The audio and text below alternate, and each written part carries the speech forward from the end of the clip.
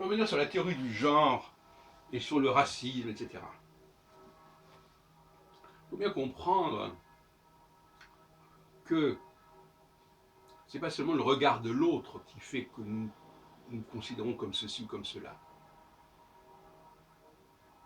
C'est faire abstraction de notre capacité en tant qu'individu très très tôt, très très jeune, alors dans l'enfance, de nous relier à d'autres.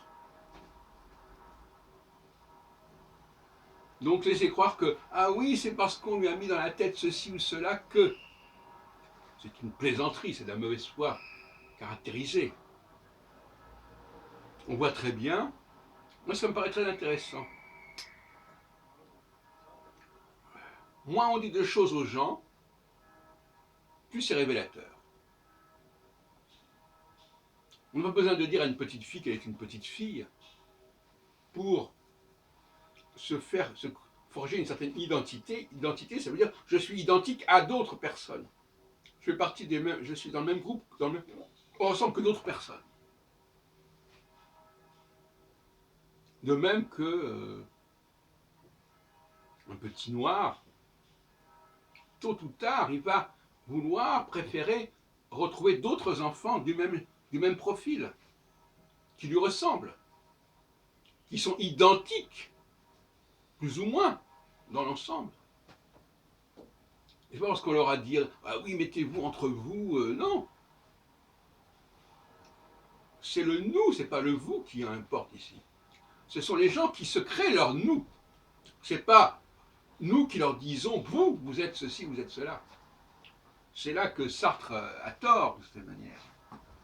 Le regard de l'autre, c'est aussi d'abord le regard de ceux qui nous ressemblent, et qui vont vers nous parce qu'on leur ressemble. Et c'est aussi le regard que nous avons, nous, vers d'autres personnes parce que nous leur ressemblons.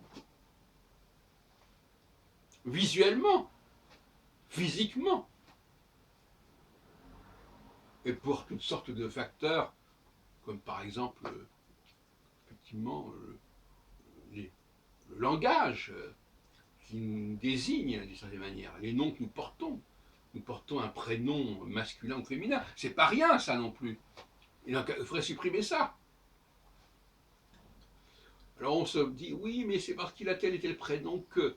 Mais non, même s'il n'y avait pas ces prénoms ou ces noms, le processus existerait également. Il ne faut pas se leurrer. Donc, pour nous résumer, c'est nous-mêmes, c'est l'individu lui-même qui se détruit en tant qu'individu pour devenir un membre de quelque chose, pour se relier à quelque chose. Et pour cela, il faut une certaine intelligence. Parce que, dans l'absolu, rien n'est pareil, rien n'est exactement semblable.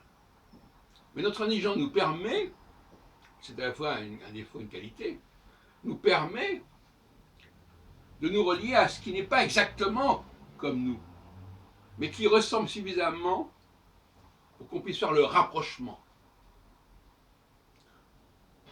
Et si vous croyez que les enfants ne sont pas capables de faire des rapprochements, de toutes sortes, même à la limite avec leurs parents, ils disent ah oui, mais je ressemble à celui-ci, même s'il est plus vieux que moi. On n'est pas aussi stupide que ça. On n'est pas aussi dépendant de ce qu'on nous dit. On est aussi capable de faire des rapprochements et de se relier à ceci ou cela. Et là, la théorie du genre, elle éclate totalement. Parce qu'elle suppose que nous sommes déterminés par notre conditionnement. Mais c'est nous-mêmes qui établissons des relations avec les autres. Et qui nous rapprochons, qui faisons des rapprochements avec celui-ci ou celle-là, parce que quelque part, ça se ressemble. Et qui se ressemble, s'assemble. Et inversement.